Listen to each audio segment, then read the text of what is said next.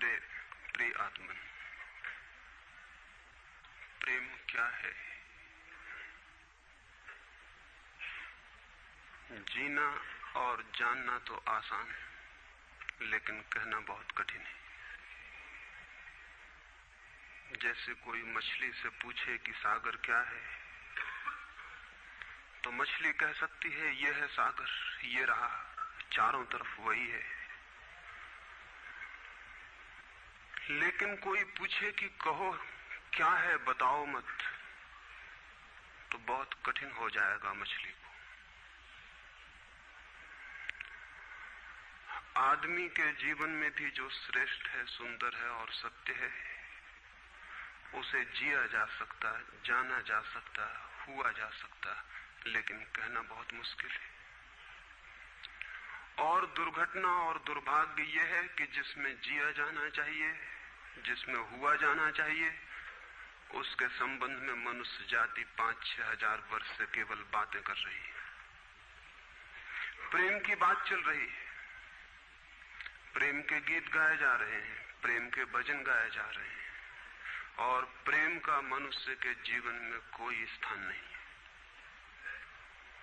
अगर आदमी के भीतर खोजने जाएं तो प्रेम से ज्यादा असत्य शब्द दूसरा नहीं मिलेगा।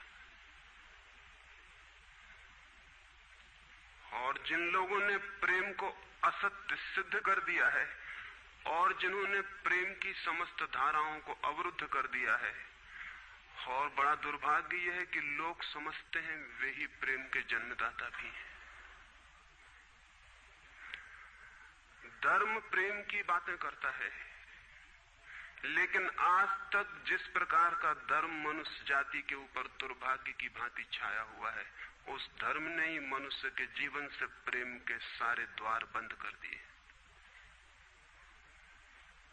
और न इस संबंध में पूरब और पश्चिम में कोई फर्क है,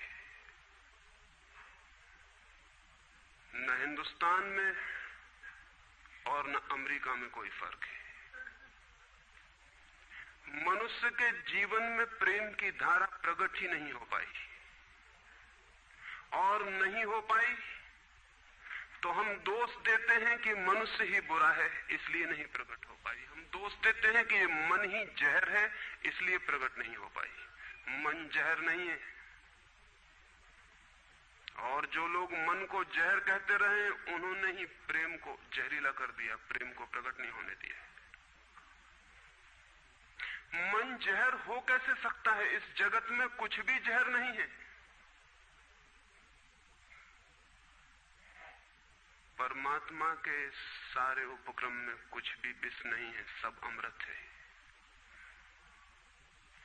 लेकिन आदमी ने सारे अमृत को जहर कर लिया है, और इस जहर करने में शिक्षक, साधु संत और तथाकथित धार्मिक लोगों का सबसे ज्यादा हाथ है। इस बात को थोड़ा समझ लेना जरूरी है, क्योंकि अगर ये बात दिखाई न पड़े तो मनुष्य के जीवन में कभी भी प्रेम भविष्य में भी नहीं हो सकेगा। क्योंकि जिन कारणों से प्रेम नहीं पैदा हो सका है, उन्हीं कारणों को हम प्रेम प्रकट करने के आधार और कारण बना रहे हैं। हालतें ऐसी हैं कि गलत सिद्धांतों को अगर हजारों वर्ष तक दोहराया जाए तो फिर हम ये भूल ही जाते हैं कि सिद्धांत गलत हैं, और दिखाई पड़ने लगता है कि आदमी गलत है, क्योंकि उन सिद्धांतों को पूरा नहीं कर पा रहा है। मैंने सुना है एक सम्राट के महल के नीचे से एक पंखा बेचने वाला गुजरता था और जोर से चिल्ला रहा था कि अनूठे और अद्भुत पंखे मैंने निर्मित किए हैं। ऐसे पंखे कभी भी नहीं बनाए गए, ये पंखे कभी देखे भी नहीं गए हैं। सम्राट ने खिड़की से झांक के देखा कि कौन है जो अनूठे पंखे ले आया। सम्राट के पास सब तरह के पंखे थे, दुनिया के कोने कोने में जो मिल सकते थे। और नीचे देखा, गलियारे में खड़ा हुआ एक आदमी, साधारण 2-2 पैसे के पंखे होंगे, और चिल्ला रहा है कि अनूठे, अद्भुत। उस आदमी को ऊपर बुलाया और पूछा कि इन पंखों में क्या खूबी है, दाम क्या है इन पंखों के? उस पंखे वाले ने कहा कि महाराज, दाम ज्यादा नहीं है, पंखे को देखते हुए दाम बहुत कम है, सिर्फ 100 रुपए का पंखा है। सम्राट ने कहा 100 रुपए? ये 2 पैसे का पंखा जो बाजार में जगह जगह मिलता है, 100 रुपए दाम, क्या है इसकी खूबी? उस आदमी ने कहा खूबी ये पंखा 100 वर्ष चलता है, 100 वर्ष के लिए गारंटी है, 100 वर्ष से कम में खराब नहीं होता है। सम्राट ने कहा इसको देख के तो ऐसा लगता है कि सप्ताह भी चल जाए, पूरा तो मुश्किल है। धोखा देने की कोशिश कर रहे हो, सरासर बेईमानी, और वो भी सम्राट के सामने। उस आदमी ने कहा आप मुझे भली भांति जानते हैं, इसी गलिहारे में रोज पंखे बेचता हूं, 100 रुपए दाम है इसके, और अगर 100 वर्ष न चले तो जिम्मेदार मैं हूं, रोज तो नीचे मौजूद होता हूं, और फिर आप सम्राट हैं, आपको धोखा देके जाऊंगा कहां। वो पंखा खरीद लिया गया। सम्राट को विश्वास तो न था, लेकिन आश्चर्य भी था कि यह आदमी सरासर झूठ बोल रहा है, किस बल पर बोल रहा है। पंखा 100 रुपए में खरीद लिया गया और उससे कहा कि 7वें दिन तुम उपस्थित हो जाना। 2-4 दिन में ही पंखे की डंडी बाहर निकल गई, 7वें दिन तो वो बिल्कुल मुर्दा हो गए। लेकिन सम्राट ने सोचा कि शायद पंखे वाला आएगा नहीं, लेकिन ठीक समय पर 7वें दिन वो पंखे वाला हाजिर हो गया। उसने कहा कहो महाराज। उन्होंने कहा कहना नहीं है, ये पंखा पड़ा हुआ है टूटा हुआ, ये 7 दिन में ये गति हो गई, तुम कहते 100 वर्ष चलेगा। पागल हो या धोखेबाज क्या हो।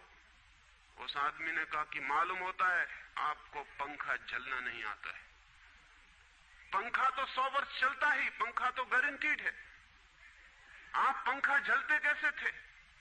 सम्राट ने कहा और भी सुनो, अब मुझे ये भी सीखना पड़ेगा कि पंखा कैसे किया जाता है। उस आदमी ने कहा कृपा करके बताइए कि इस पंखे की गति 7 दिन में ऐसी कैसे बना दी आपने, किस भांति पंखा किया। सम्राट ने पंखा उठा के करके दिखाया कि इस भांति मैंने पंखा किया है।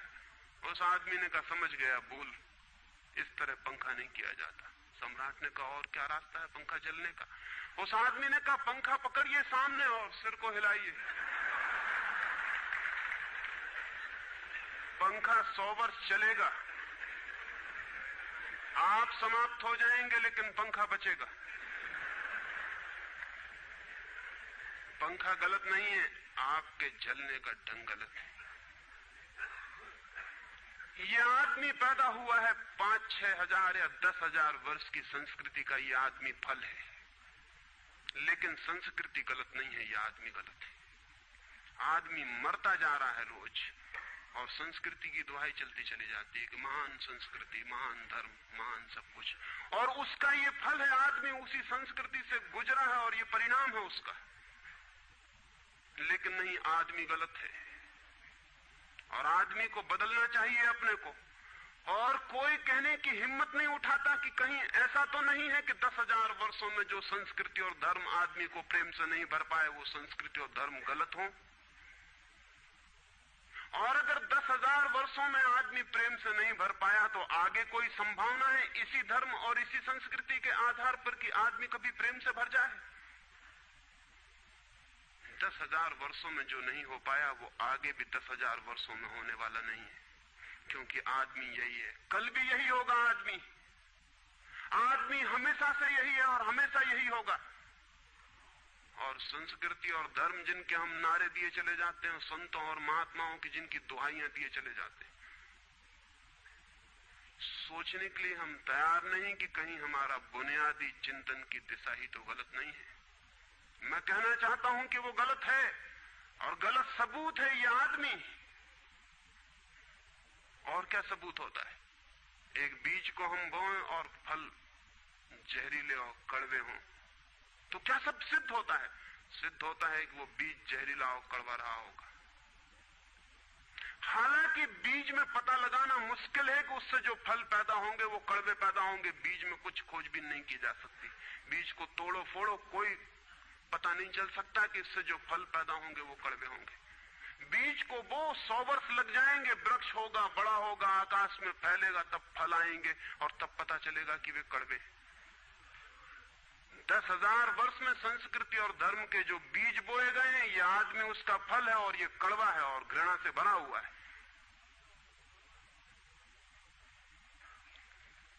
लेकिन उसी की दुहाई दिए चले जाते हैं हम और सोचते हैं उससे प्रेम हो जाएगा।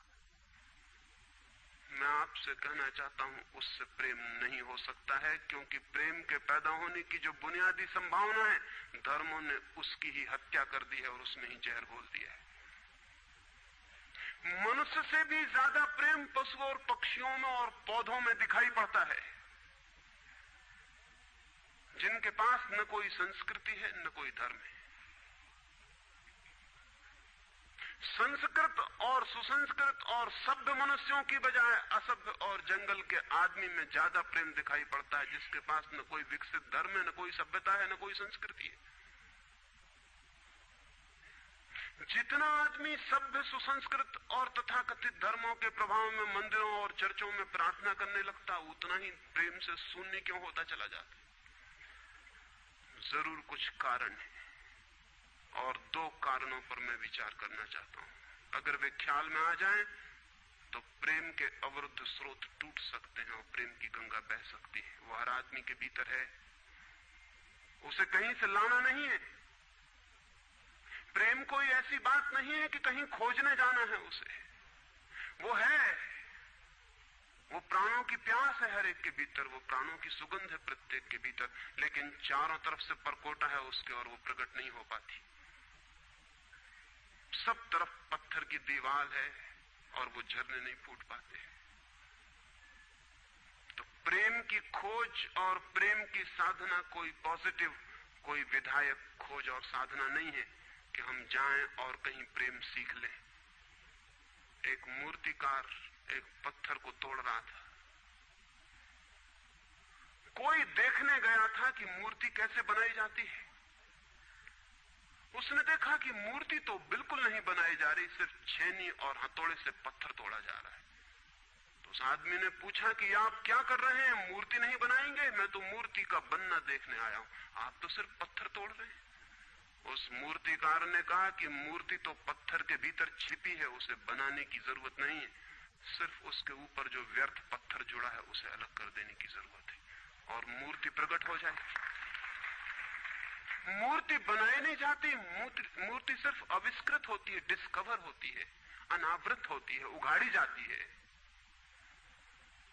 मनुष्य के भीतर प्रेम छिपा है, सिर्फ उगाड़ने की बात है, उसे पैदा करने का सवाल नहीं है, अनावृत करने की बात है। कुछ है जो हमने ऊपर से ओढ़ा हुआ है, जो उसे प्रकट नहीं होने देता। एक चिकित्सक से जाके आप पूछें कि स्वास्थ्य क्या है,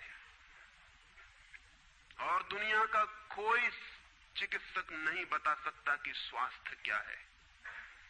बड़े आश्चर्य की बात है, स्वास्थ्य पर ही तो सारा चिकित्सा शास्त्र खड़ा है, सारी मेडिकल साइंस खड़ी है, और कोई नहीं बता सकता कि स्वास्थ्य क्या है। लेकिन चिकित्सक से पूछें कि स्वास्थ्य क्या है, तो वो कहेगा बीमारियों के बाबत हम बता सकते हैं कि बीमारियां क्या हैं, उनके लक्षण हमें पता है, एक एक बीमारी का अलग अलग परिभाषा हमें पता है। स्वास्थ्य का हमें कोई भी पता नहीं है। इतना हम कह सकते हैं कि जब कोई बीमारी नहीं होती तो जो होता है वो स्वास्थ्य है।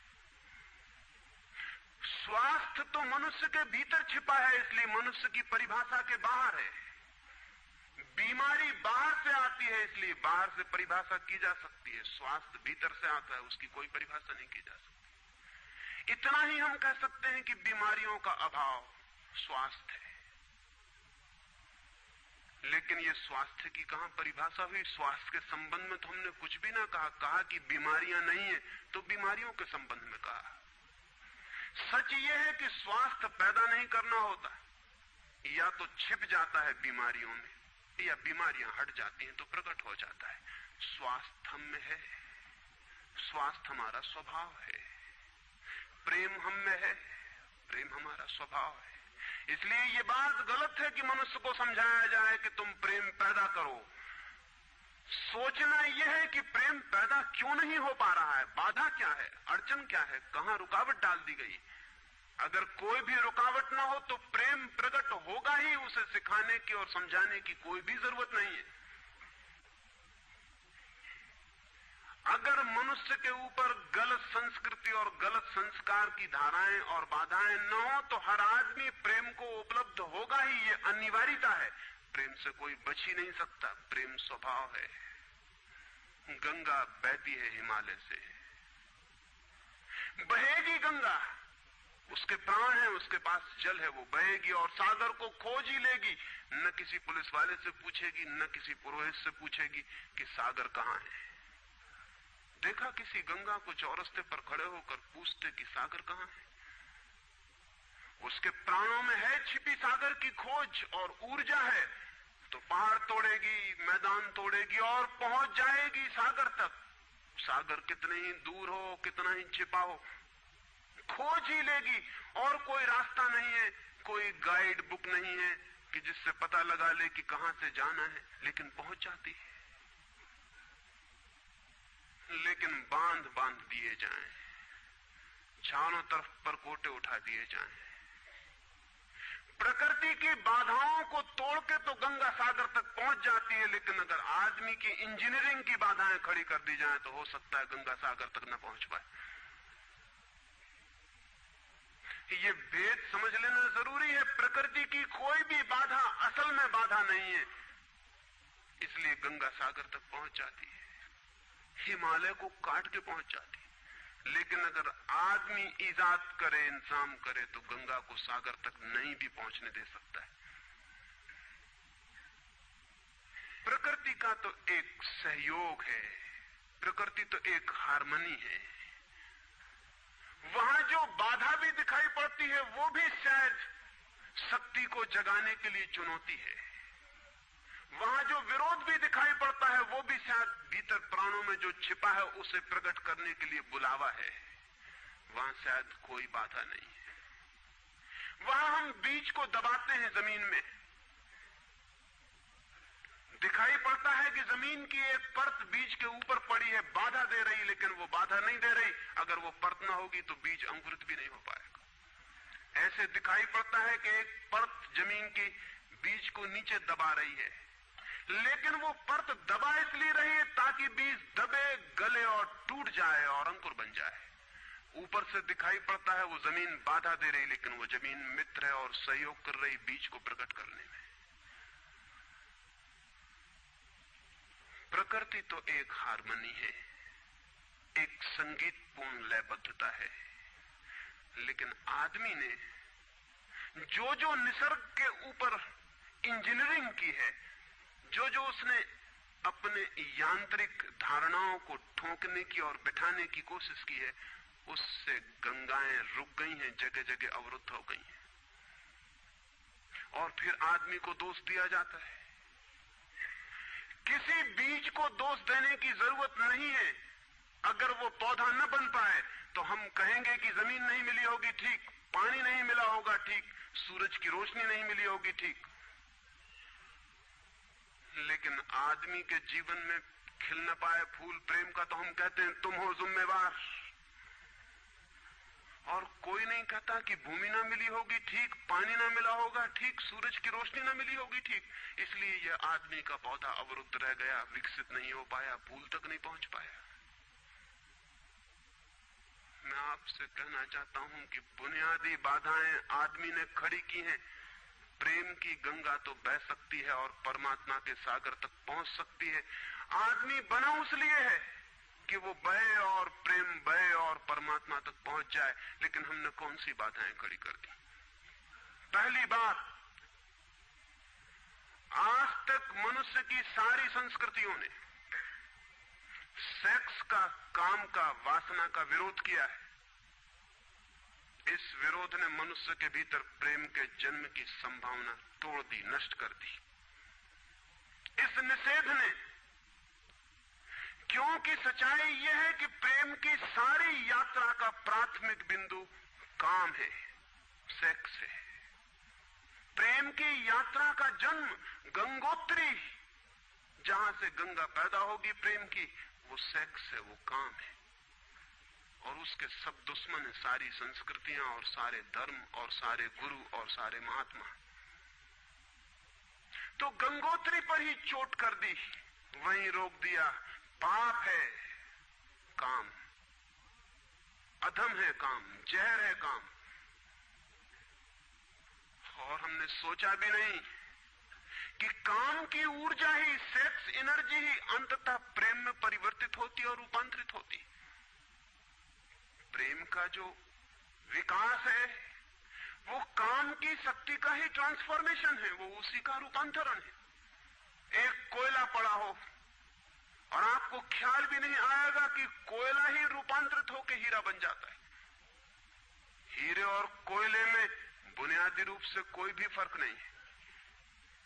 हीरे में भी वही तत्व हैं जो कोयले में, और कोयला हजारों वर्ष की प्रक्रिया से गुजर के हीरा बन जाता है। लेकिन कोयले की कोई कीमत नहीं है। उसे कोई घर में रखता भी है तो ऐसी जगह जहां दिखाई न पड़े, और हीरे को लोग छातियों पर लटका के घूमते हैं कि वो दिखाई पड़े। और हीरा और कोयला एक ही है, लेकिन कोई दिखाई नहीं पड़ता कि इन दोनों के बीच अंतर संबंध है, एक यात्रा है।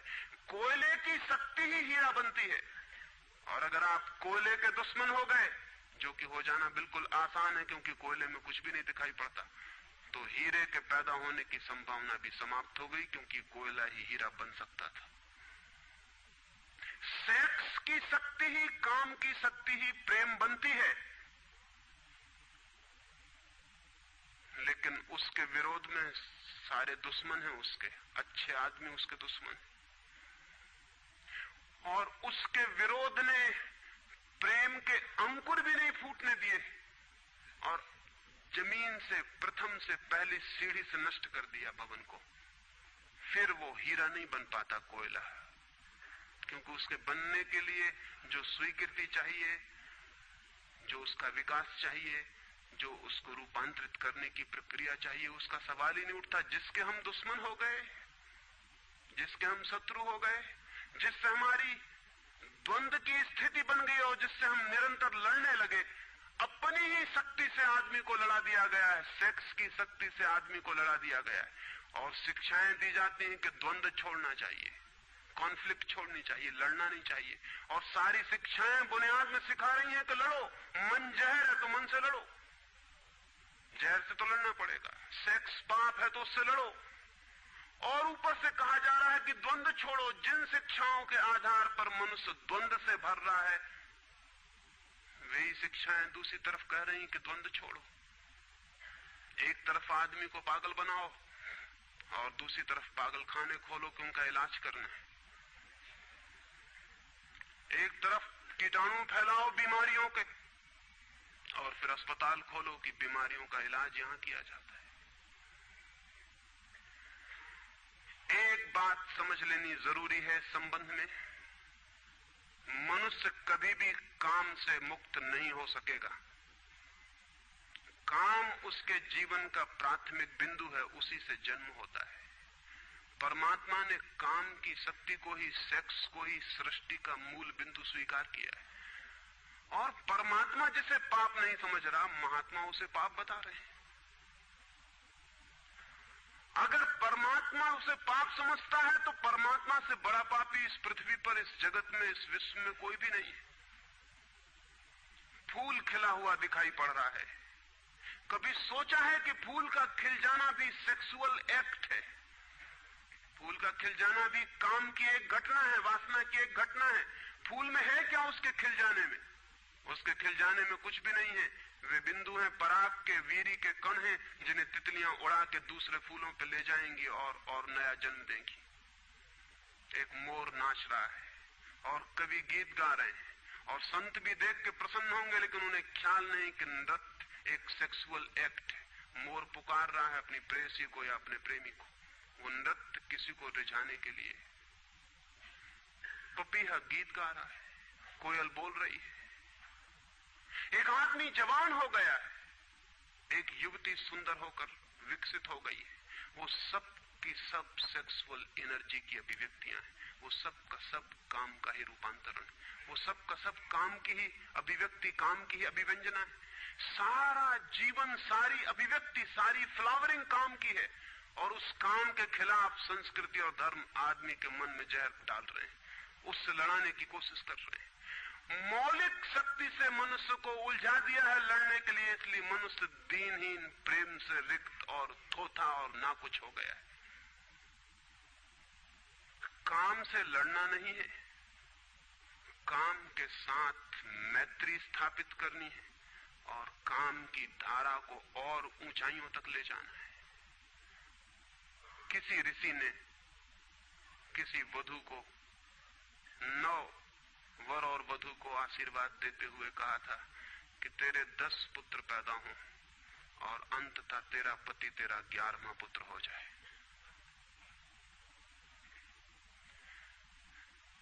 वासना रूपांतरित हो तो पत्नी मां बन सकती है, वासना रूपांतरित हो तो काम प्रेम बन सकता है, लेकिन काम ही प्रेम बनता है। काम की ऊर्जा ही प्रेम की ऊर्जा में विकसित होती है, फलित होती है। लेकिन हमने मनुष्य को भर दिया है काम के विरोध में। इसका परिणाम यह हुआ कि प्रेम तो पैदा नहीं हो सका, क्योंकि वो तो आगे का विकास था, काम की स्वीकृति से आता। प्रेम तो विकसित नहीं हुआ और काम के विरोध में खड़े होने के कारण मनुष्य का चित्त ज्यादा से ज्यादा कामुक और सेक्सुअल होता चला गया। हमारे सारे गीत, हमारी सारी कविताएं, हमारे चित्र, हमारी पेंटिंग्स, हमारे मंदिर, हमारी मूर्तियां सब घूम फिर के सेक्स के आसपास केंद्रित हो गई। हमारा मन ही सेक्स के आसपास केंद्रित हो गया। इस जगत में कोई भी पशु मनुष्य की भांति सेक्सुअल नहीं है। मनुष्य 24 घंटे सेक्सुअल हो गया। उठते बैठते सोते जागते सेक्स ही सब कुछ हो गया। उसके प्राण में एक घाव हो गया, विरोध के कारण, दुश्मनी के कारण, शत्रुता के कारण। जो जीवन का मूल था उससे मुक्त तो हुआ नहीं जा सकता था, लेकिन उससे लड़ने की चेष्टा में सारा जीवन रुग्ण जरूर हो सकता था, वो रुग्ण हो गया है। और ये जो मनुष्य जाति इतनी ज्यादा कामुक दिखाई पड़ रही है, इसके पीछे तथाकथित धर्मों और संस्कृति का बुनियादी हाथ है। इसके पीछे बुरे लोगों का नहीं, सज्जनों और संतों का हाथ है। और जब तक मनुष्य जाति सज्जनों और संतों के इस अनाचार से मुक्त नहीं होती, तब तक प्रेम के विकास की कोई संभावना नहीं। मुझे एक घटना याद आती है। एक फकीर अपने घर से निकला था, किसी मित्र के पास मिलने जा रहा है। निकला है कि घोड़े पर उसका चढ़ा हुआ एक बचपन का दोस्त घर आके सामने खड़ा हो गया। उसने कहा कि दोस्त तुम घर पे रुको, वर्षों से प्रतीक्षा करता था कि तुम आओगे तो बैठेंगे और बात करेंगे, और दुर्भाग्य कि मुझे किसी मित्र से मिलने जाना है, मैं वचन दे चुका हूं तो मैं वहां जाऊंगा, घंटे भर में जल्दी से जल्दी लौट आऊंगा, तब तक तुम विश्राम करो। उसके मित्र ने कहा कि मुझे तो चैन नहीं है, अच्छा होगा कि मैं तुम्हारे साथ ही चला चलूं। लेकिन उसने कहा कि मेरे कपड़े सब गंदे हो गए धूल से रास्ते की, अगर तुम्हारे पास कुछ अच्छा कपड़ा हो तो मुझे दे दो, तो मैं डाल लूं और साथ हो जाऊं।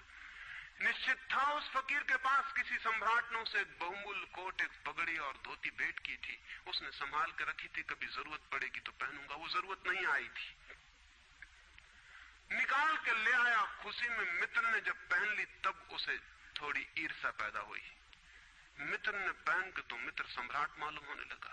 बहुमूल्य कोट था, पगड़ी थी, धोती थी, शानदार जूते थे, और उसके सामने वो फकीर बिल्कुल ही नौकर चाकर दीनहीन दिखाई पड़ने लगा। उसने सोचा है तो बड़ा मुश्किल हुआ है, तो बड़ा गलत हुआ। जिनके घर में ले जाऊंगा ध्यान इस पर जाएगा, मुझ पर किसी का भी ध्यान जाएगा नहीं। अपने ही कपड़े, और आज अपने ही कपड़ों के कारण मैं दीनहीन हो जाऊंगा। लेकिन बार बार मन को समझाया कि मैं फकीर हूं, आत्मा परमात्मा की बात करने वाला, क्या रखा है कोट में पगड़ी में, छोड़ो, पहने रहने तो कितना फर्क पड़ता है। लेकिन जितना समझाने की कोशिश की कि कोट पगड़ी में क्या रखा है, कोट पगड़ी ही उसके मन में घूमने लगी। मित्र दूसरी बात करने लगा, लेकिन वो भीतर तो, ऊपर तो कुछ और दूसरी बातें कर रहा है, लेकिन वहां उसका मन नहीं है, भीतर उसे बस कोट और पगड़ी। रास्ते पर जो भी आदमी देखता है उसको कोई भी नहीं देखता, मित्र की तरफ सबकी आंखें जाती। वो बड़ा मुश्किल में पड़ गया कि तो आज अपनी भूल कर ली, अपने हाथ से भूल कर ली। जिनके घर जाना था वहां पहुंचा, जाके परिचय दिया कि मेरे मित्र हैं, जमाल, बचपन के दोस्त हैं, बहुत प्यारे आदमी हैं। और फिर अचानक अनजाने मुंह से निकल गया कि रह गए कपड़े सो कपड़े मेरे। क्योंकि मित्र भी जिनके घर गए थे वो भी उसके कपड़ों को देख रहे थे, और भीतर उसके चल रहा था कोट पगड़ी, मेरी कोट पगड़ी, और उन्हीं की वजह से मैं परेशान हो रहा हूं। निकल गया मुंह से कि रह गए कपड़े, कपड़े मेरे। मित्र भी हैरान हुआ, घर के लोग भी हैरान हुए कि ये क्या पागलपन की बात है।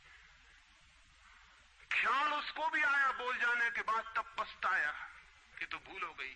पछताया तो और दबाया अपने मन को, बाहर निकल के क्षमा मांगने लगा कि क्षमा कर दो, बड़ी गलती हो गई। मित्र ने कहा मैं तो हैरान हुआ कि तुमसे निकल कैसे गया। उसने कहा कि कुछ नहीं, सिर्फ जबान की चूक हो गई। हालांकि जबान की चूक कभी भी नहीं होती है, भीतर कुछ चलता होता है तो कभी कभी बेमौके जबान से निकल जाता है, चूक कभी नहीं होती। माफ कर दो, भूल हो गई। कैसे ये ख्याल आ गया कुछ समझ में नहीं आता, हालांकि पूरी तरह समझ में आ रहा था कि ख्याल कैसे आया है। दूसरे मित्र के घर गए। अब वो तय करता रहा रास्ते में कि अब चाहे कुछ भी हो जाए, ये नहीं कहना है कि कपड़े मेरे हैं। पक्का कर लेना है अपने मन को। घर के द्वार पर उसने जाके बिल्कुल दृढ़ संकल्प कर लिया कि ये बात नहीं उठानी कि कपड़े मेरे। लेकिन उस पागल को पता नहीं कि जितना वो दृढ़ संकल्प कर रहा है इस बात का, वो दृढ़ संकल्प बता रहा है इस बात को कि उतने ही जोर से उसके भीतर ये भावना घर कर रही कि कपड़े मेरे। आखिर दृढ़ संकल्प किया क्यों जाता है? एक आदमी कहता है कि मैं ब्रह्मचर्य का दृढ़ व्रत लेता हूं, उसका मतलब है उसके भीतर कामुकता दृढ़ता से धक्के मार रही, नहीं तो और कारण क्या है? एक आदमी कहता है कि मैं कसम खाता हूं कि आज से कम खाना खाऊंगा, उसका मतलब यह है कि कसम खानी पड़ रही, ज्यादा खाने का मन है उसका। और तब अनिवार्य रूप में द्वंद्व पैदा होता है। जिससे हम लड़ना चाहते हैं वही हमारी कमजोरी है, और तब द्वंद्व पैदा हो जाना स्वाभाविक है। वो लड़ता हुआ दरवाजे के भीतर गया, संभल संभल के बोला कि मेरे मित्र हैं, लेकिन जब वो बोल रहा है तब उसको कोई नहीं देख रहा, उसके मित्र कोई उस घर के लोग देख रहे हैं। तब फिर उसे ख्याल आया कि मेरा कोट, मेरी पगड़ी। उसने कहा कि दृढ़ता से कसम खाई है, इसकी बात नहीं उठानी। मेरा क्या है कपड़ा लत्ता, कपड़े लत्ते किसी के होते हैं, ये तो सब संसार है, ये तो सब माया है। लेकिन ये सब समझा रहा है, लेकिन असलियत तो बाहर से भीतर, भीतर से बाहर हो रही। समझाया कि मेरे मित्र हैं, बचपन के दोस्त हैं, बहुत प्यारे आदमी हैं, रह गए कपड़े, कपड़े उन्हीं के हैं, मेरे नहीं है। पर घर के लोगों को ख्याल आया कि कपड़े उन्हीं के हैं, मेरे नहीं है। आज तक ऐसा परिचय कभी देखा नहीं गया था। बाहर निकल के क्षमा मांगने लगा कि बड़ी भूल हुई जा रही, मैं क्या करूं क्या ना करूं, ये क्या हो गया है मुझे। आज तक मेरी जिंदगी में कपड़ों ने इस तरह से मुझे नहीं पकड़ा था, किसी को नहीं पकड़ा। लेकिन अगर तरकीब उपयोग में करें तो कपड़े पकड़ ले सकते हैं। मित्र ने कहा मैं जाता नहीं तुम्हारे साथ, पर वो हाथ जोड़ने लगा कि नहीं ऐसा मत करो, जीवन भर के लिए दुख रह जाएगा कि मैंने क्या दुर्व्यवहार किया। अब मैं कसम खा के कहता हूं कि कपड़ों की बात ही नहीं उठानी। मैं बिल्कुल भगवान की कसम खाता हूं कि कपड़ों की बात नहीं उठानी। और कसम खाने वालों से हमेशा सावधान रहना जरूरी है, क्योंकि जो भी कसम खाता है उसके भीतर उस कसम से भी मजबूत कोई बैठा है जिसके खिलाफ वो कसम खा रहा है। और वो जो भीतर बैठा है वो ज्यादा भीतर है, कसम ऊपर है और बाहर है। कसम चेतन मन से खाई गई है, और जो भीतर बैठा है वो अचेतन की परतों तक समाया हुआ है। अगर मन के 10 हिस्से कर दें तो कसम एक हिस्से ने खाई है, 9 हिस्से उल्टा भीतर खड़ा हुआ है। ब्रह्मचर्य की कसमें एक हिस्सा खा रहा है मन का, और 9 हिस्सा परमात्मा की दुहाई दे रहा है। वो जो परमात्मा ने बनाया वो उसके लिए कहा चला जा रहा है, कहे चला जा रहा है। गए तीसरे मित्र के घर। अब उसने बिल्कुल ही अपनी सांसों तक पे संयम कर रखा है। संयमी आदमी बड़े खतरनाक होते हैं, क्योंकि उनके भीतर ज्वालामुखी उबल रहा है और ऊपर से वो संयम साधे हुए हैं। और इस बात को स्मरण रखना कि जिस चीज को साधना पड़ता है, साधने में इतना श्रम लग जाता है कि साधना पूरे वक्त हो नहीं सकती, फिर शिथिल होना पड़ेगा, विश्राम करना पड़ेगा। अगर मैं जोर से मुट्ठी बांध लूं तो कितनी देर बांधे रख सकता हूं? 24 घंटे। जितने जोर से बांधूंगा उतने ही जल्दी थक जाऊंगा और मुट्ठी खुल जाएगी। जिस चीज में भी श्रम करना पड़ता है, जितना ज्यादा श्रम करना पड़ता है उतने जल्दी थकान आ जाती, शक्ति खत्म हो जाती और उल्टा होना शुरू हो जाता। मुट्ठी बांधी जितने जोर से उतने ही जल्दी मुट्ठी खुल जाएगी। मुट्ठी खुली रखी जा सकती है 24 घंटे, लेकिन बांध के नहीं रखी जा सकती है। जिस काम में श्रम पड़ता है उस काम को आप जीवन नहीं बना सकते, कभी सहज नहीं हो सकता वो काम। श्रम पड़ेगा, फिर विश्राम का वक्त आएगा ही। इसलिए जितना सधा हुआ संत होता है उतना ही खतरनाक आदमी होता है, क्योंकि उसका विश्राम का वक्त आएगा।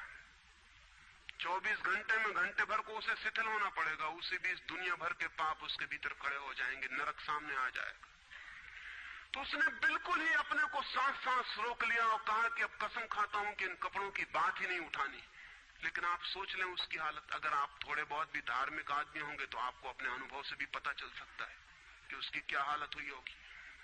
अगर आपने कसम खाई हो, व्रत लिए हो, संकल्प साधे हो, तो आपको भली भांति पता होगा कि भीतर क्या हालत हो जाती है।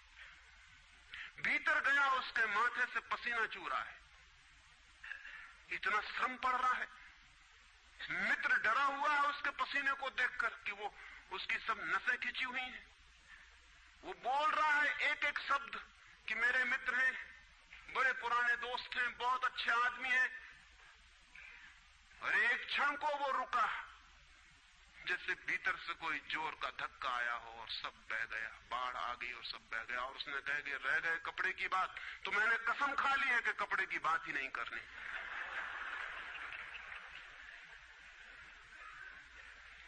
ये जो इस आदमी के साथ हुआ वो पूरी मनुष्य जाति के साथ सेक्स के संबंध में हो गया है। सेक्स को ऑब्सेशन बना दिया, सेक्स को रोग बना दिया, घाव बना दिया और सब विषाक्त कर दिया, सब विषाक्त कर दिया। छोटे छोटे बच्चों को समझाया जा रहा कि सेक्स पाप है, लड़कियों को समझाया जा रहा, लड़कों को समझाया जा रहा कि सेक्स पाप है। फिर ये लड़की जवान होगी, ये लड़का जवान होगा, इनकी शादियां होंगी और सेक्स की दुनिया शुरू होगी और इन दोनों के भीतर ये भाव है कि ये पाप है। और फिर कहा जाएगा स्त्री को कि पति को परमात्मा मान। जो पाप में ले जा रहा उसको परमात्मा कैसे माना जा सकता? ये कैसे संभव है कि जो पाप में घसीट रहा है वो परमात्मा हो?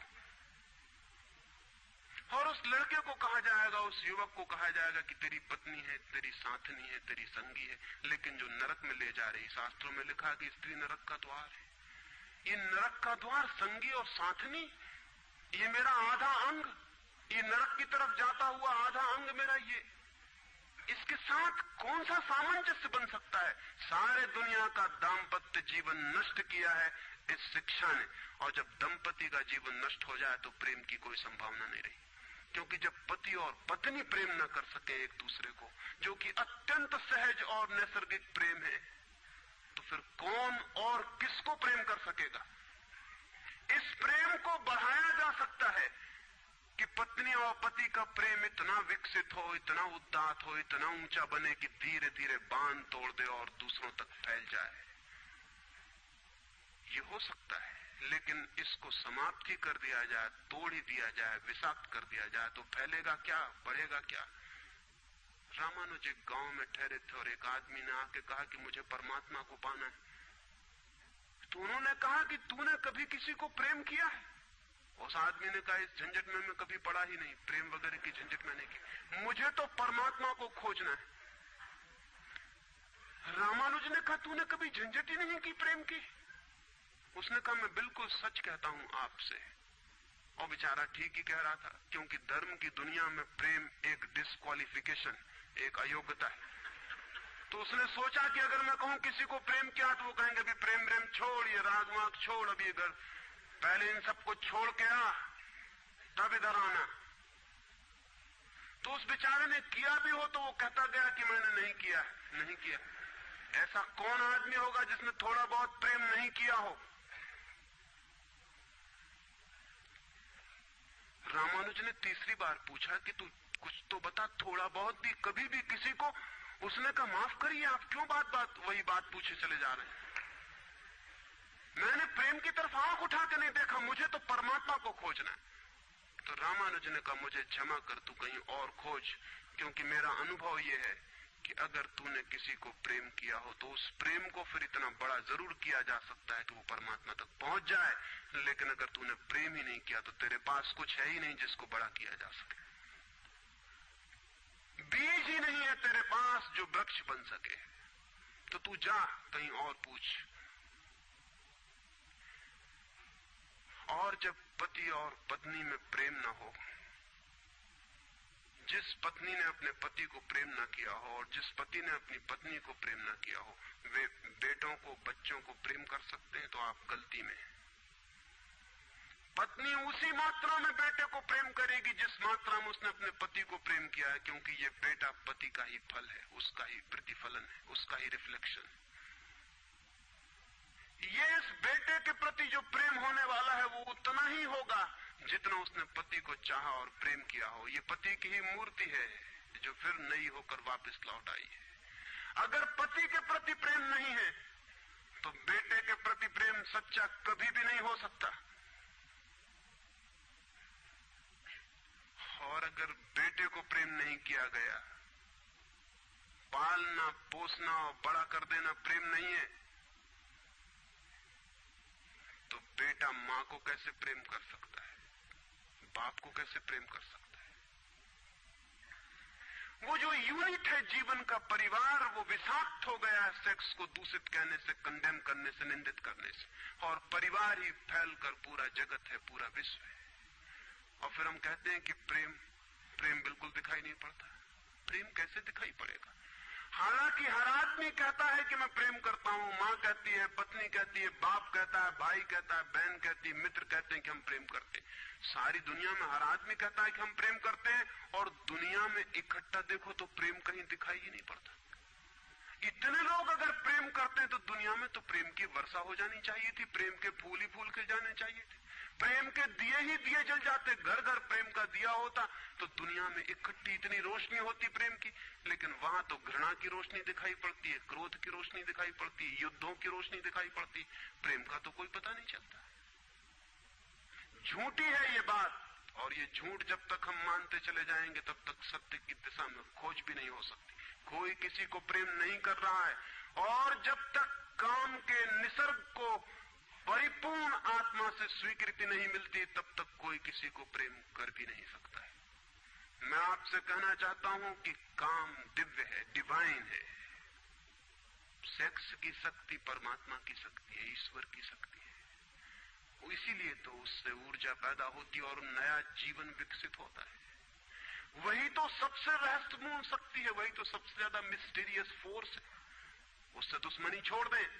अगर आप चाहते हैं कि कभी आपके जीवन में प्रेम की वर्षा हो जाए, उससे दुश्मनी छोड़ दें, उसे आनंद से स्वीकार करें, उसकी पवित्रता को स्वीकार करें, उसकी धन्यता को स्वीकार करें, और खोजें उसमें और गहरे, तो आप हैरान हो जाएंगे। जितनी पवित्रता से काम की स्वीकृति होगी उतना ही काम पवित्र होता चला जाता है, और जितनी अपवित्रता और पाप की दृष्टि से काम से विरोध होगा, काम उतना ही पापपूर्ण और कुरूप होता चला जाता है। जब कोई अपनी पत्नी के पास ऐसे जाए जैसे कोई मंदिर के पास जाता है, जब कोई पत्नी अपने पति के पास ऐसे जाए जैसे सच में कोई परमात्मा के पास जाता है, क्योंकि जब दो प्रेमी काम से निकट आते हैं, जब वे संभोग से गुजरते हैं, तब सच में ही वे परमात्मा के मंदिर के निकट से गुजर रहे हैं। वहीं परमात्मा काम कर रहा है उनकी उस निकटता में, वहीं परमात्मा की सृजन शक्ति काम कर रही है। और मेरी अपनी दृष्टि यह है कि मनुष्य को समाधि का, ध्यान का जो पहला अनुभव मिला हो कभी भी मनुष्य के इतिहास में, तो वो संभोग के क्षण में मिला है और कभी नहीं। संभोग के क्षण में ही पहली बार ये स्मरण आया है आदमी को कि इतने आनंद की वर्षा हो सकती है। और जिन्होंने सोचा, जिन्होंने मेडिटेट किया, जिन लोगों ने काम के संबंध पर और मैथुन पर चिंतन किया और ध्यान किया, उन्हें यह दिखाई पड़ा कि काम के क्षण में, मैथुन के क्षण में, संभोग के क्षण में मन विचारों से शून्य हो जाता है। एक क्षण को मन के सारे विचार रुक जाते हैं, और वो विचारों का रुक जाना और वो मन का ठहर जाना ही आनंद की वर्षा का कारण होता है। तब उन्हें सीक्रेट मिल गया, राज मिल गया कि अगर मन को विचारों से मुक्त किया जा सके किसी और विधि से भी, तो भी इतना ही आनंद मिल सकता है।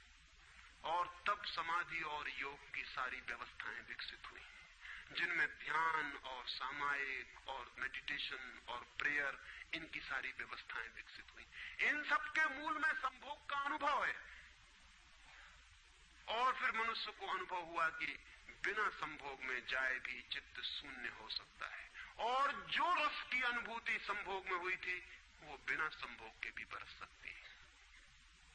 फिर संभोग क्षणिक हो सकता है, क्योंकि शक्ति और ऊर्जा का वो निकास और बहाव है, लेकिन ध्यान सतत हो सकता है। तो मैं आपसे कहना चाहता हूं कि एक युगल संभोग के क्षण में जिस आनंद को अनुभव करता है, एक योगी 24 घंटे उस आनंद को अनुभव करने लगता है। लेकिन इन दोनों आनंदों में बुनियादी विरोध नहीं है, और इसलिए जिन्होंने कहा कि विषयानंद और ब्रह्मानंद भाई भाई हैं, उन्होंने जरूर सत्य कहा है। वे सहोदर हैं, एक ही उदर से पैदा हुए हैं, एक ही अनुभव से विकसित हुए, उन्होंने निश्चित ही सत्य कहा है। तो पहला सूत्र आपसे कहना चाहता हूं, अगर चाहते हैं कि पता चले कि प्रेम तत्व क्या है, तो पहला सूत्र है काम की पवित्रता, दिव्यता, उसकी ईश्वरीय अनुभूति की स्वीकृति, उसको परम हृदय से, पूर्ण हृदय से अंगीकार। और आप हैरान हो जाएंगे, जितने परिपूर्ण हृदय से काम की स्वीकृति होगी, उतने ही आप काम से मुक्त होते चले जाएंगे। जितना अस्वीकार होता है, उतने ही हम बंधते हैं, जैसा वो फकीर कपड़ों से बंध गया।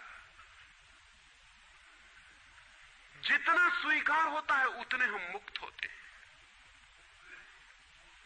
अगर परिपूर्ण स्वीकार है, टोटल एक्सेप्टेबिलिटी है जीवन का जो निसर्ग है उसकी, तो आप पाएंगे कि वो परिपूर्ण स्वीकृति को मैं आस्तिकता कहता हूं।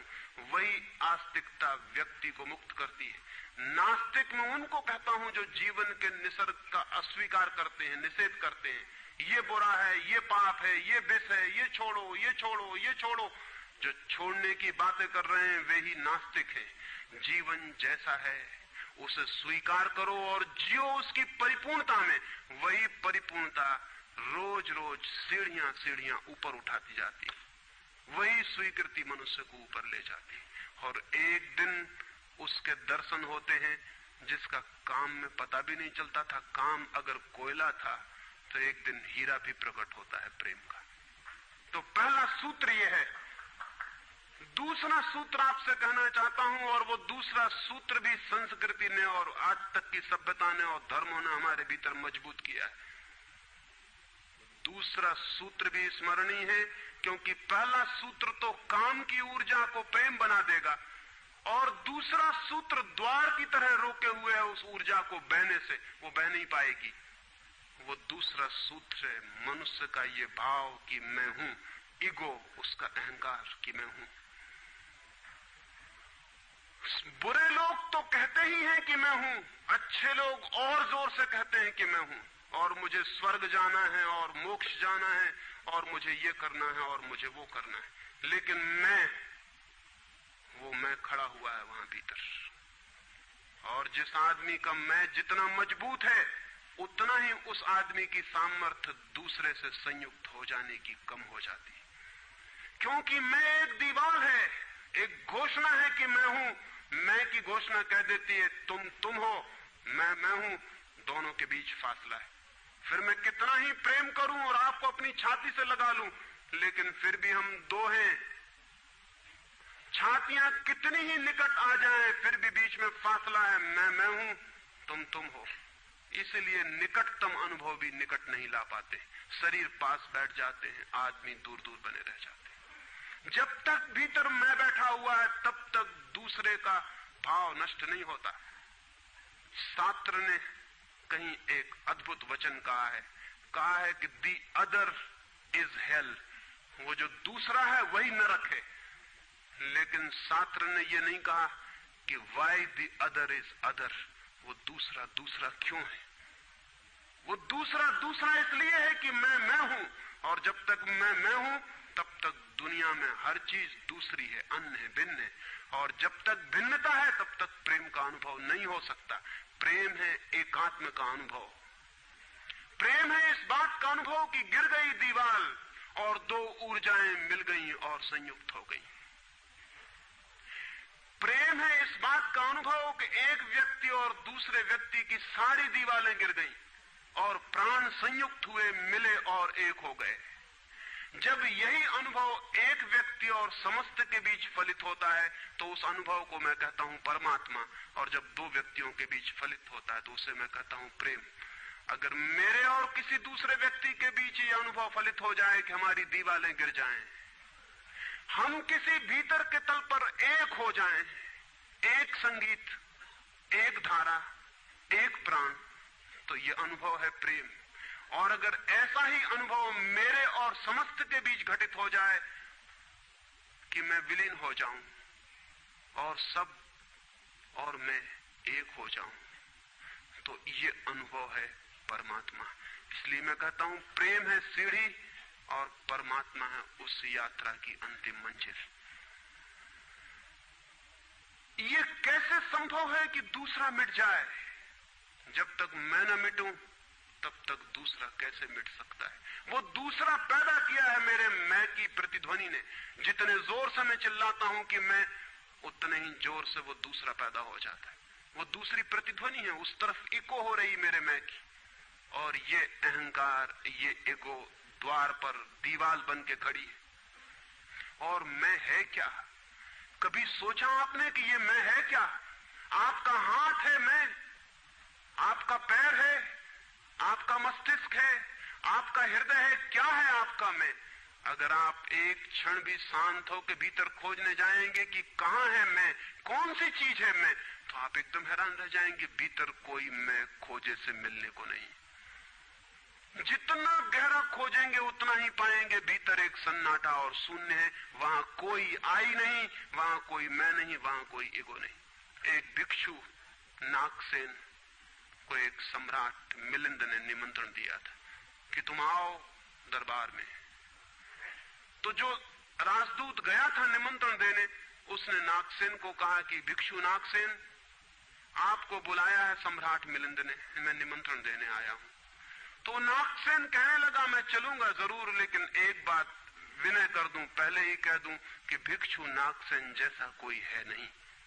ये केवल एक नाम है, काम चलाऊ नाम है। आप कहते हैं तो मैं चलूंगा जरूर, लेकिन ऐसा कोई आदमी कहीं है नहीं। राजदूत ने जाके सम्राट को कह दिया कि बड़ा अजीब आदमी है वो कहने लगा कि मैं चलूंगा जरूर, लेकिन ध्यान रहे कि भिक्षु नागसेन जैसा कहीं कोई है नहीं, ये केवल एक काम चलाऊ नाम है। सम्राट ने कहा अजीब सी बात है, जब वो कहता है मैं चलूंगा, आएगा वो आया भी रथ पर बैठकर। सम्राट ने द्वार पर स्वागत किया और कहा भिक्षु नागसेन हम स्वागत करते हैं आपका। वो हंसने लगा, उसने कहा कि स्वागत स्वीकार करता हूं, लेकिन स्मरण रहे भिक्षु नागसेन जैसा कोई है नहीं। सम्राट कहने लगा बड़ी पहेली की बातें करते हैं आप। अगर आप नहीं हैं तो कौन है? कौन आया है यहां? कौन स्वीकार कर रहा है स्वागत? कौन दे रहा है उत्तर? नागसेन मुड़ा और उसने कहा कि देखते हैं सम्राट मिलिंद, ये रथ खड़ा है जिस पर मैं आया। सम्राट ने कहा ये रथ है। तो भिक्षु नागसेन पूछने लगा घोड़ों को निकाल के अलग कर लिया जाए। घोड़े अलग कर लिए गए और उसने पूछा सम्राट से ये घोड़े रथ हैं? सम्राट ने कहा घोड़े कैसे रथ हो सकते हैं? घोड़े अलग कर दिए गए। सामने के डंडे जिनसे घोड़े बंधे थे खिंचवा लिए गए। उसने पूछा कि ये रथ हैं? सिर्फ दो डंडे कैसे रथ हो सकते हैं? डंडे अलग कर दिए गए। चाक निकलवा लिए और कहा ये रथ है। सम्राट ने कहा ये चाक है, ये रथ नहीं है। और एक एक अंग रथ का निकलता चला गया और एक एक अंग पर सम्राट को कहना पड़ा कि नहीं ये रथ नहीं है। फिर आकर पीछे शून्य बच गया, वहां कुछ भी न बचा। भिक्षु नागसेन पूछने लगा रथ कहां है अब? रथ कहां है अब? और जितनी चीजें मैंने निकाली तुमने कहा ये भी रथ नहीं, ये भी रथ नहीं, ये भी रथ नहीं, अब रथ कहां है? तो सम्राट चौंक के खड़ा रह गया। रथ पीछे बचा भी नहीं था और जो चीजें निकल गई थी उनमें कोई रथ था भी नहीं। तो वो भिक्षु कहने लगा समझे आप, रथ एक जोड़ था, रथ कुछ चीजों का संग्रह मात्र था। रथ का अपना होना नहीं है कोई, ईगो नहीं है कोई। रथ एक जोड़ है। आप खोजे कहां है आपका मैं, और आप पाएंगे कि अनंत शक्तियों के एक जोड़ है, मैं कहीं भी नहीं है। और एक एक अंग आप सोचते चले जाएं तो एक एक अंग समाप्त होता चला जाता है। फिर पीछे शून्य रह जाता है। उसी शून्य से प्रेम का जन्म होता है, क्योंकि वो शून्य आप नहीं है, वो शून्य परमात्मा है। एक गांव में एक आदमी ने मछलियों की एक दुकान खोली थी, बड़ी दुकान थी। उस गांव में पहली दुकान थी, तो उसने एक बहुत खूबसूरत तख्ती बनवाई और उस पर लिखाया फ्रेश फिश सोल्ड हियर, यहां ताजी मछलियां बेची जाती। पहले दिन दुकान खुली और एक आदमी आया और कहने लगा फ्रेश फिश सोल्ड हियर, ताजी मछलियां, कहीं बासी मछलियां भी बेची जाती हैं? ताजी लिखने की क्या जरूरत? दुकानदार ने सोचा कि बात तो ठीक है, इससे और व्यर्थ बासे का भी ख्याल पैदा होता है। उसने फ्रेश अलग कर दिया, ताजा अलग कर दिया। तख्ती रह गई फिश सोल्ड हियर, मछलियां बेची जाती हैं, मछलियां यहां बेची जाती। दूसरे दिन एक बूढ़ी औरत आई और उसने कहा कि मछलियां यहां बेची जाती हैं, सोल्ड हियर, कहीं और कहीं भी बेचते हो? उस आदमी ने कहा ये हियर बिल्कुल फिजूल है। उसने तख्ती पर एक शब्द और अलग कर दिया, रह गया फिश सोल्ड। तीसरे दिन एक आदमी आया, वो कहने लगा फिश सोल्ड, मछलियां बेची जाती हैं, मुफ्त भी देते हो क्या? आदमी ने कहा ये सोल्ड भी बेकार। उस सोल्ड को भी अलग कर दिया। अब रह गई वहां तख्ती फिश। एक बुढ़ा आया और कहने लगा फिश, अंधे को भी मील भर दूर से बांस मिल जाती है, ये तख्ती काहे के लिए लटकाई हुई है? यहां फिश भी चली गई, खाली तख्ती रह गई वहां। और एक आदमी आया और उसने कहा ये तख्ती किस लिए लगाई है, इससे दुकान पे आड़ पड़ती। वो तख्ती भी चली गई, वहां कुछ भी नहीं रह गया। इलिमिनेशन होता गया, एक एक चीज हटती चली गई, पीछे जो शेष रह गया शून्य। उस शून्य से प्रेम का जन्म होता है, क्योंकि उस शून्य में दूसरे के शून्य से मिलने की क्षमता है। सिर्फ शून्य ही शून्य से मिल सकता है और कोई नहीं। दो शून्य मिल सकते हैं, दो व्यक्ति नहीं, दो इंडिविजुअल नहीं मिल सकते, दो वैक्यूम, दो एम्प्टीनेस मिल सकते हैं, क्योंकि बाधा आप कोई भी नहीं, शून्य की कोई दीवार नहीं होती और हर चीज की दीवार होती है। तो दूसरी बात स्मरणीय है, व्यक्ति जब मिटता है नहीं रह जाता, पाता है कि हूं ही नहीं, जो है वो मैं नहीं हूं, जो है वो सब है। तब द्वार गिरता है, दीवार टूटती है और तब वो गंगा बहती है जो भीतर छिपी है और तैयार है। वो शून्य की प्रतीक्षा कर रही कि कोई शून्य हो जाए तो उससे बह उठूं। हम एक कुआं खोदते हैं, पानी भीतर है, पानी कहीं से लाना नहीं होता, लेकिन बीच में मिट्टी पत्थर पड़े हैं, उनको निकाल के बाहर कर देते हैं। करते क्या है हम? करते हैं हम एक शून्य बनाते हैं, एक खाली जगह बनाते हैं, एक एम्प्टीनेस बनाते हैं। कुआं खोदने का मतलब है खाली जगह बनाना, ताकि खाली जगह में जो भीतर छिपा हुआ पानी है वो प्रकट होने के लिए जगह पा जाए, स्पेस पा जाए। वो भीतर है, उसको जगह चाहिए प्रकट होने को, जगह नहीं मिल रही, भरा हुआ है कुआं मिट्टी पत्थर से। मिट्टी पत्थर हमने अलग कर दिए, वो पानी उबल के बाहर आ गया। आदमी के भीतर प्रेम भरा हुआ है, स्पेस चाहिए, जगह चाहिए जहां वो प्रकट हो जाए। और हम भरे हुए हैं अपने मैं से। हर आदमी चिल्लाए चला जा रहा है मैं, और स्मरण रखें जब तक आपकी आत्मा चिल्लाती है मैं, तब तक आप मिट्टी पत्थर से भरे हुए कुएं हैं। आपके कुएं में प्रेम के झरने नहीं फूटेंगे, नहीं फूट सकते। मैंने सुना है एक बहुत पुराना वृक्ष था, आकाश में सम्राट की तरह उसके हाथ फैले हुए थे। उस पर फूल आते थे तो दूर दूर से पक्षी सुगंध लेने आते हैं, उस पर फल लगते थे तो तितलियां उड़ती। उसकी छाया, उसके फैले हाथ, हवाओं में उसका वो खड़ा रूप आकाश में बड़ा सुंदर था। एक छोटा बच्चा उसकी छाया में रोज खेलने आता था। उस बड़े वृक्ष को उस छोटे बच्चे से प्रेम हो गया। बड़ों को छोटों से प्रेम हो सकता है अगर बड़ों को पता ना हो कि हम बड़े हैं। वृक्ष को कोई पता नहीं था कि मैं बड़ा हूं, ये पता सिर्फ आदमी को होता है, इसलिए उसका प्रेम हो गया। अहंकार हमेशा अपने से बड़ों को प्रेम करने की कोशिश करता है। अहंकार हमेशा अपने से बड़ों से संबंध जोड़ता है। प्रेम के लिए कोई बड़ा छोटा नहीं, जो आ जाए उसी से संबंध जुड़ जाता है। वो एक छोटा सा बच्चा खेलता आता था उस वृक्ष के पास, उस वृक्ष का उससे प्रेम हो गया, लेकिन वृक्ष की शाखाएं ऊपर थीं, बच्चा छोटा था, तो वृक्ष अपनी शाखाएं उसके लिए नीचे झुका था ताकि वो फल तोड़ सके, फूल तोड़ सके। प्रेम हमेशा झुकने को राजी है, अहंकार कभी भी झुकने को राजी नहीं। अहंकार के पास जाएंगे तो अहंकार के हाथ और ऊपर उठ जाएंगे ताकि आप उन्हें छू ना सके, क्योंकि जिसे छू लिया जाए वो छोटा आदमी है, जिसे न छुआ जा सके, दूर सिंहासन पर दिल्ली में हो, वो आदमी बड़ा आदमी है। वो वृक्ष के शाखाएं नीचे झुकाती जब वो बच्चा खेलता हुआ आता, और जब बच्चा उसके फूल तोड़ लेता तो वृक्ष बहुत खुश होता, उसके प्राण आनंद से भर जाते। प्रेम जब भी कुछ दे पाता है तब खुश हो जाता है, अहंकार जब भी कुछ ले पाता है तभी खुश होता है। फिर वो बच्चा बड़ा होने लगा, वो कभी उसकी छाया में सोता, कभी उसके फल खाता, कभी उसके फूलों का ताज बना के पहनता और जंगल का सम्राट हो जाता है। प्रेम के फूल जिसके पास भी बरसते हैं वही सम्राट हो जाता है, और जहां भी अहंकार गिरता है वहीं सब अंधकार हो जाता है, आदमी दीन और दरिद्र हो जाता है। वो लड़का फूलों का ताज पहनता और नाचता, और वृक्ष बहुत खुश होता, उसके प्राण आनंद से भर जाते, हवाएं सनसनाती और वो गीत गाता है।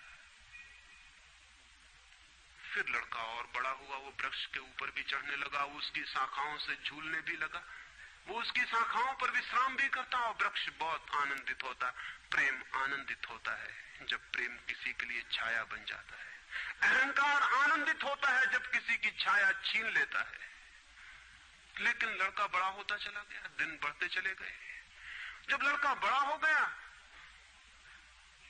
तो उसे और दूसरे काम भी दुनिया में आ गए, महत्वाकांक्षाएं आ गई, उसे परीक्षाएं पास करनी थी, उसे मित्रों को जीतना था। वो फिर कभी कभी आता, कभी नहीं भी आता, लेकिन वृक्ष उसकी प्रतीक्षा करता कि वो आए, वो आए। उसके सारे प्राण पुकारते कि आओ आओ। प्रेम निरंतर प्रतीक्षा करता है कि आओ आओ। प्रेम एक प्रतीक्षा है, एक अवेटिंग है, लेकिन वो कभी आता कभी नहीं आता, तो वृक्ष उदास हो जाता है। प्रेम की एक ही उदासी है, जब वो बांट नहीं पाता तो उदास हो जाता है, जब वो दे नहीं पाता तो उदास हो जाता है। और प्रेम की एक ही धन्यता है कि जब वो बांट देता है, लुटा देता है, तो आनंदित हो जाता है। फिर लड़का और बड़ा होता चला गया, और वृक्ष के पास आने के दिन कम होते चले गए। जो आदमी जितना बड़ा होता चला जाता है, महत्वाकांक्षा के जगत में प्रेम के निकट आने की सुविधा उतनी ही कम होती चली जाती है। उस लड़के की एम्बिशन, महत्वाकांक्षा बढ़ रही थी, कहां वृक्ष, कहां जाना। फिर एक दिन वहां से निकलता था तो वृक्ष ने उसे कहा, सुनो। हवाओं में उसकी आवाज गूंजी कि सुनो, तुम आते नहीं, मैं प्रतीक्षा करता हूं, मैं तुम्हारे लिए प्रतीक्षा राह करता हूं, राह देखता हूं, बाट जोता हूं। उस लड़के ने कहा, क्या है तुम्हारे पास जो मैं आऊं? मुझे रुपए चाहिए। हमेशा अहंकार पूछता है कि क्या है तुम्हारे पास जो मैं आऊं। अहंकार मांगता है कि कुछ हो तो मैं आऊं, ना कुछ हो तो आने की कोई जरूरत नहीं। अहंकार एक प्रयोजन है, एक पर्पस है। प्रयोजन पूरा होता हो तो मैं आऊं, अगर कोई प्रयोजन ना हो तो आने की जरूरत क्या है। और प्रेम निष्प्रयोजन है, प्रेम का कोई प्रयोजन नहीं। प्रेम अपने में ही अपना प्रयोजन है, वो बिल्कुल पर्पसलेस है। वृक्ष तो चौंक गया, उसने कहा कि तुम तभी आओगे जब मैं कुछ तुम्हें दे सकूं। मैं तुम्हें सब दे सकता हूं, क्योंकि प्रेम कुछ भी रोकना नहीं चाहता। जो रोक ले वो प्रेम नहीं है। अहंकार रोकता है, प्रेम तो बेशर्त दे देता है। लेकिन रुपए मेरे पास नहीं है, ये रुपए तो सिर्फ आदमी की इजाद है, वृक्षों ने ये बीमारी नहीं पाली है। उस वृक्ष ने कहा, इसलिए तो हम इतने आनंदित होते हैं, इतने फूल खिलते हैं, इतने फल लगते हैं, इतनी बड़ी छाया होती है, हम इतना नाचते हैं आकाश में, हम इतने गीत गाते हैं, पक्षी हम पर आते हैं और संगीत का कलरव करते हैं, क्योंकि हमारे पास रुपए नहीं है। जिस दिन हमारे पास भी रुपए हो जाएंगे, हम भी आदमी जैसे दीनहीन मंदिरों में बैठ के सुनेंगे कि शांति कैसे पाई जाए, प्रेम कैसा पाया जाए। नहीं नहीं, हमारे पास रुपए नहीं है। तो उसने कहा फिर मैं क्या हूं तुम्हारे पास? जहां रुपए हैं मुझे वहां जाना पड़ेगा, मुझे रुपयों की जरूरत है। अहंकार रुपया मांगता है क्योंकि रुपया शक्ति है, अहंकार शक्ति मांगता है। उस वृक्ष ने बहुत सोचा, फिर उसे ख्याल आया तो तुम एक काम करो, मेरे सारे फलों को तोड़ के ले जाओ और बेच दो तो शायद रुपए मिल जाएं। और उस लड़के को भी ख्याल आया, वो चढ़ा और उसने सारे फल तोड़ डाले, कच्चे भी गिरा डाले, शाखाएं भी टूटी, पत्ते भी टूटे, लेकिन वृक्ष बहुत खुश हुआ, बहुत आनंदित हुआ। टूट के भी प्रेम आनंदित होता है, अहंकार पाके भी आनंदित नहीं होता, पाके भी दुखी होता है।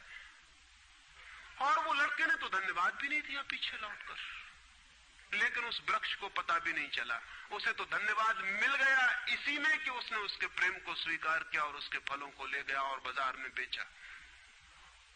लेकिन फिर वो बहुत दिनों तक नहीं आया, उसके पास रुपए थे और रुपयों से रुपए पैदा करने की वो कोशिश में लग गया था, वो भूल गया। वर्ष बीत गए और वृक्ष उदास है और उसके प्राणों में रस बह रहा है कि वो आए उसका प्रेमी और उसके रस को ले जाए, जैसे किसी मां के स्तन में दूध भरा हो और उसका बेटा खो गया हो और उसके सारे प्राण तड़प रहे हो कि उसका बेटा कहां है, जिसे वो खोजे, जो उसे हल्का कर दे, निर्भर कर दे। ऐसे वो वृक्ष के प्राण पीड़ित होने लगे कि वो आए आए आए, उसकी सारी आवाज यही गूंजने लगी कि आओ। बहुत दिनों बाद वो आया, वो लड़का तो प्रौढ़ हो गया था। वृक्ष ने उससे कहा कि आओ मेरे पास, मेरे आलिंगन में आओ। उसने कहा छोड़ो ये बकवास, ये बचपन की बातें हैं। अहंकार प्रेम को पागलपन समझता है, बचपन की बातें समझता है। उस वृक्ष ने कहा आओ मेरी डालियों से झूलो, नाचो। उसने कहा छोड़ो ये फिजूल की बातें, मुझे एक मकान बनाना है। मकान दे सकते हो तुम? वृक्ष ने कहा मकान? हम तो बिना मकान के ही रहते हैं, मकान में तो सिर्फ आदमी रहता है, दुनिया में और कोई मकान में नहीं रहता, सिर्फ आदमी रहता है। सो देखते हो आदमी की हालत, मकान में रहने वाले आदमी की हालत, उसके मकान जितने बड़े होते जाते हैं आदमी उतना छोटा होता चला जाता। हम तो बिना मकान के रहते हैं। लेकिन एक बात हो सकती है कि तुम मेरी शाखाओं को काट के ले जाओ तो शायद तुम मकान बना लो। और वो प्रौढ़ कुल्हाड़ी लेकर आ गया और उसने उस वृक्ष की शाखाएं काट डाली। वृक्ष एक ठूंठ रह गया नंगा, लेकिन वृक्ष बहुत आनंदित था। प्रेम सदा आनंदित है, चाहे उसके अंग भी कट जाएं, लेकिन कोई ले जाए, कोई ले जाए, कोई बांट ले, कोई सम्मिलित हो जाए, साझीदार हो जाए। और उस लड़के ने तो पीछे लौट के भी नहीं देखा, उसने मकान बना लिया। और वक्त गुजरता गया, वो ठूंठ रहा देखता, वो चिल्लाना चाहता, लेकिन अब उसके पास पत्ते भी नहीं थे, शाखाएं भी नहीं थी, हवाएं आती और वो बोल भी ना पाता, बुला भी ना पाता। लेकिन उसके प्राणों में तो एक ही गूंज थी कि आओ आओ। और बहुत दिन बीत गए, तब वो बूढ़ा आदमी हो गया था, वो बच्चा, वो निकल रहा था पास से, वृक्ष के पास आके खड़ा हो गया। तो वृक्ष ने पूछा क्या कर सकता हूं और मैं तुम्हारे लिए, तुम बहुत दिनों बाद आए। उसने कहा तुम क्या कर सकोगे? मुझे दूर देश जाना है धन कमाने के लिए, मुझे एक नाव की जरूरत है। तो उसने कहा तुम मुझे और काट लो तो मेरी इस पीड़ से नाव बन जाएगी और मैं बहुत धन्य होऊंगा कि मैं तुम्हारी नाव बन सकूं, तुम्हें दूर देश ले जा सकूं। लेकिन तुम जल्दी लौट आना और सकुशल लौट आना, मैं तुम्हारी प्रतीक्षा करूंगा। और उसने आरे से उस वृक्ष को काट डाला। तब वो एक छोटा सा ठूंठ रह गया और वो दूर यात्रा पर निकल गया। और वो ठूंठ भी प्रतीक्षा करता रहा कि वो आए आए, लेकिन अब उसके पास कुछ भी नहीं देने को, शायद वो नहीं आएगा, क्योंकि अहंकार वहीं आता है जहां कुछ पाने को है। अहंकार वहां नहीं जाता जहां कुछ पाने को नहीं। मैं उस ठूंठ के पास एक रात मेहमान हुआ था, तो वो ठूंठ मुझसे बोला कि वो मेरा मित्र अब तक नहीं आया और मुझे बड़ी पीड़ा होती, कहीं नाव डूब न गई हो, कहीं वो भटक ना गया हो, कहीं किसी दूसरे किनारे पर विदेश में कहीं भूल ना गया हो, कहीं वो डूब ना गया हो, कहीं वो समाप्त ना हो गया हो। एक खबर मुझे भर कोई ला दे, अब मैं मरने के करीब हूं, एक खबर भर आ जाए कि वो सकुशल है, फिर कोई बात नहीं, फिर सब ठीक है। अब तो मेरे पास देने को कुछ भी नहीं है, इसलिए बुलाऊं भी तो शायद वो नहीं आएगा, क्योंकि वो लेने की ही भाषा समझता है। अहंकार लेने की भाषा समझता है, प्रेम देने की भाषा है। इससे ज्यादा और कुछ मैं नहीं कहूंगा। जीवन एक ऐसा वृक्ष बन जाए और उस वृक्ष की शाखाएं अनंत तक फैल जाएं, सब उसकी छाया में हो और सब तक उसकी बाह फैल जाए, तो पता चल सकता है कि प्रेम क्या है। प्रेम का कोई शास्त्र नहीं है, न कोई परिभाषा है, न प्रेम का कोई सिद्धांत है। तो मैं बहुत हैरानी में था कि क्या कहूंगा आपसे कि प्रेम क्या है, तो बताना मुश्किल है। आके बैठ सकता हूं, अगर मेरी आंखों में दिखाई पड़ जाए तो दिखाई पड़ सकता है, अगर मेरे हाथों में दिखाई पड़ जाए तो दिखाई पड़ सकता है। मैं कह सकता हूं यह है प्रेम, लेकिन प्रेम क्या है? अगर मेरी आंख में न दिखाई पड़े, मेरे हाथ में न दिखाई पड़े, तो शब्दों से बिल्कुल भी दिखाई नहीं पड़ सकता है कि प्रेम क्या है। मेरी बातों को इतने प्रेम और शांति से सुना, उससे बहुत बहुत अनुग्रहित हूं और अंत में सबके भीतर बैठे परमात्मा को प्रणाम करता हूं। मेरे प्रणाम स्वीकार।